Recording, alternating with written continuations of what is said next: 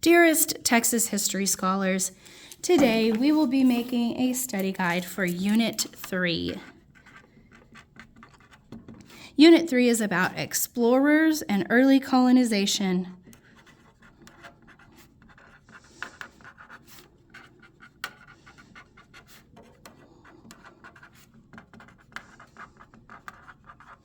This unit spans from 1519 to 1821.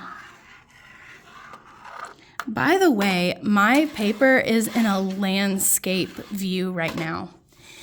There are three major things that happened in our unit. The first thing that we talked about was explorers. And the next thing is that we discussed missions in Texas.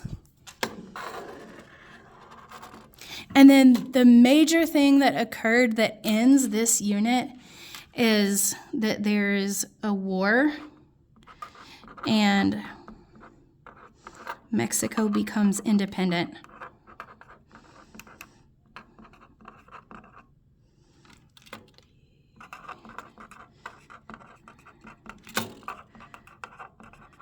They are fighting for independence from Spain. That happens in 1821. No surprise there. Those are the major things that occurred, so I'm going to go ahead and highlight those just for the sake of easy identification.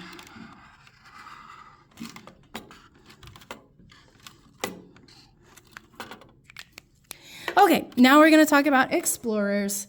There were three major explorers. The first of them was Pineda. The second was Cabeza de Vaca. And the third one was La Salle. There are also others. Those are just the most influential to Texas history as we know it. There are three reasons for exploration, and that is the three G's: God, gold, and glory. Okay, we're going to talk about Pineda. Pineda came to Texas in 1519 from Spain. His major contribution is that he mapped the coast.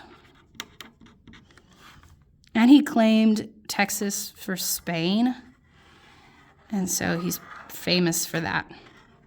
That's our first explorer. The second major explorer was Cabeza de Vaca, and that was in 1528. In 1528, he shipwrecks into Texas, but he's from Spain.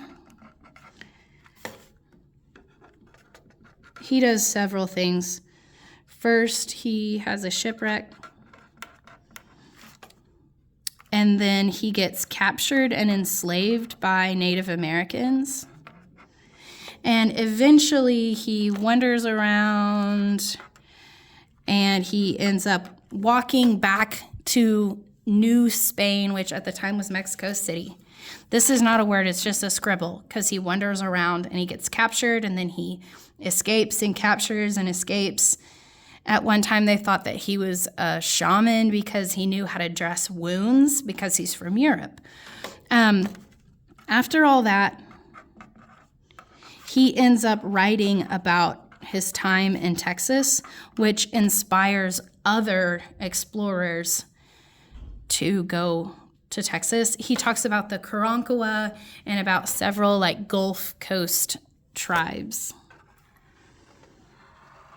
He's important to Texas history, big time. The next guy, La Salle, He comes to Texas, in 1685, and he wrecks a ship called the La Belle. He's from France. This is where we get our second Texas flag from, is like it's Spain and then France and then Spain again. LaSalle, 1685. He shipwrecked the La Belle boat, and we've looked at primary sources on that and secondary sources. It's a very cool story. They recently found the La Belle, and it was in like 8 feet of water or something frustrating like that.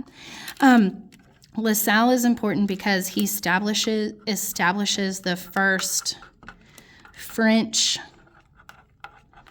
colony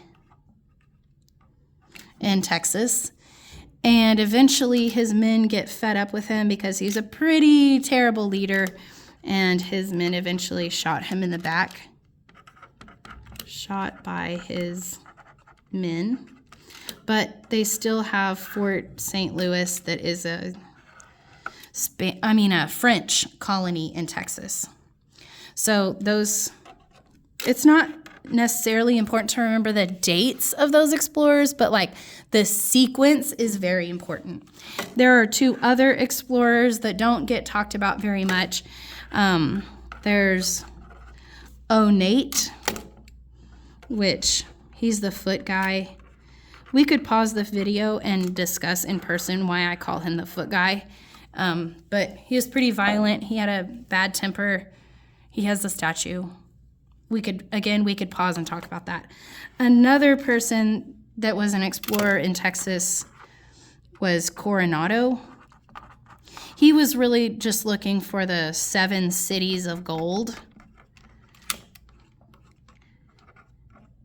And a helmet of his was found outside of Abilene, Texas. He mostly explored the Texas Panhandle, and that's why they have Coronado High School in Lubbock. So he contributed, but not in a super major way as these 3 did. Next, we're going to talk about missions. Near missions were normally settlements, which would mean like a town. And then these towns had roads. Those were like the first roads in Texas. And these settlers and townspeople had to adapt to the Texas environment.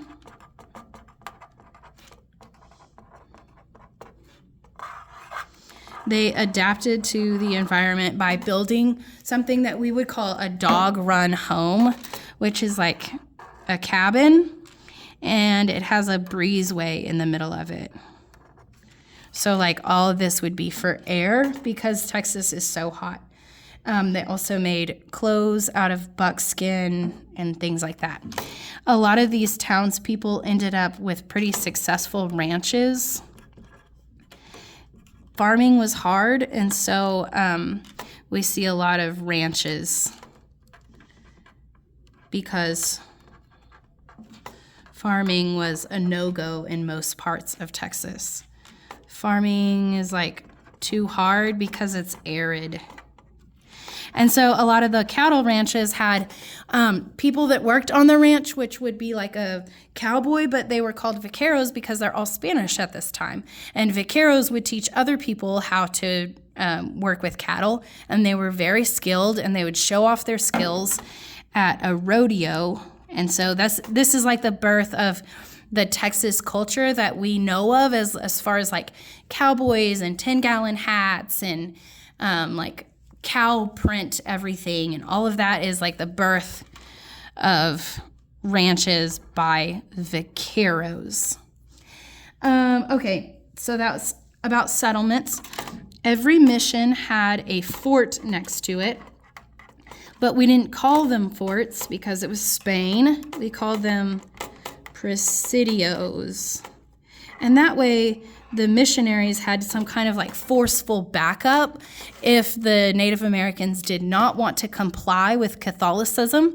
Then they would be sent to deal with the soldiers, and the soldiers would sometimes torture, but definitely at times kill Native Americans that didn't want to convert to Catholicism, or that just like were unruly, not following missionaries' commands or whatever it was.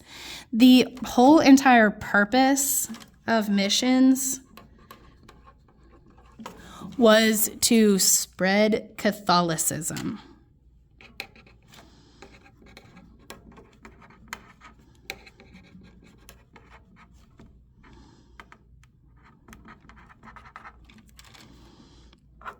Catholicism was spread throughout Texas, and it introduces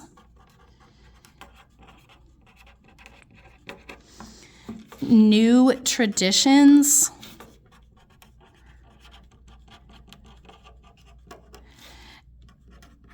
of course, there's a new religion that was contributed to Texas during missions, and then also this results in a changed culture.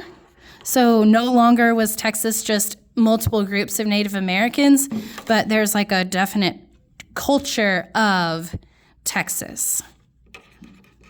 And the culture is a blend between Native American beliefs and the beliefs that the Spanish Catholics brought over. So that's like pretty important in our unit. A lot of these missions were, oh, you know what? Something else that was brought over that's like super sad is that a lot of Native Americans died of disease. That's unintentional, but it's still a consequence of the spread of Catholicism in Texas. Okay, so a lot of these missions are going to be built near rivers, and that's why the majority of the missions, especially the successful ones, were in the coastal plains of Texas. There are 3 pieces of mission history that are super important, and the first of those is the first mission that was built near El Paso, and that was called Isleta. I might be saying that wrong.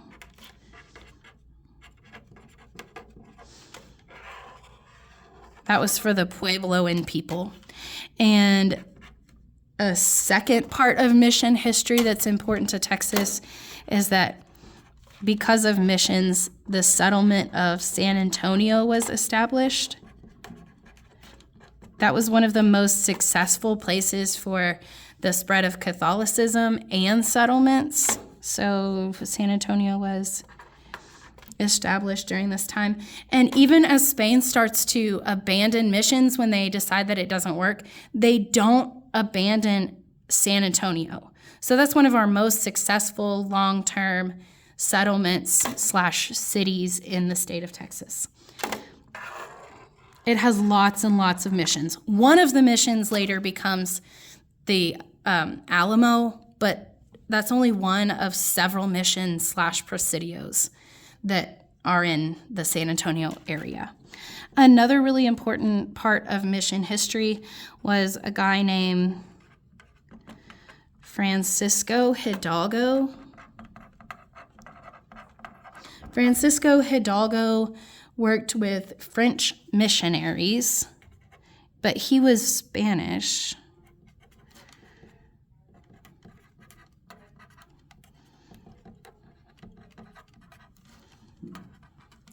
That was like a really big deal to Texas because Spain and France were having an arm wrestle over who called dibs on Texas, who would be in charge of Texas. And so for Francisco Hidalgo from Spain to work with the French missionaries in order to help Native Americans in East Texas was a very big upset to Spain. They did not like him for what he did. And it brings up a really good question in Texas history and in religion is, Is the purpose of religion to spread religion or to help people that need help? And so that's still a debate that goes on today. We can pause the video and talk about it if you want to. So those are 3 parts of mission history that's important to Texas. Also notable here, this is a really bad drawing. Just hang in there with me. Pretend that this is like an arm wrestle. Spain and France are fighting over Texas at this time. It's arguable that Spain won because we have like primarily like remnants of Spanish culture in Texas today, like Spanish mission food and things like that.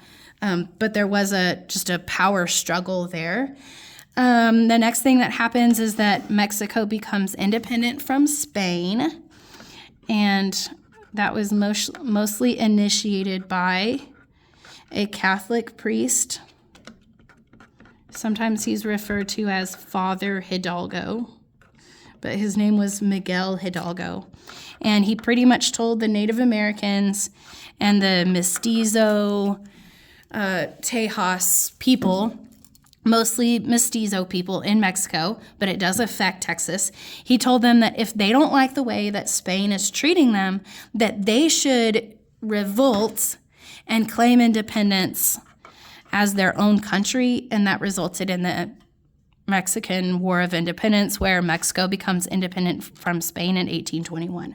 It's sad that Father Hidalgo was killed pretty quickly, and he never got to see an independent Mexico, but you could argue that even though he died, he was absolutely successful. And was it worth his time? Yes. Big time, yes. There you go. That is your study guide. Good luck on your test.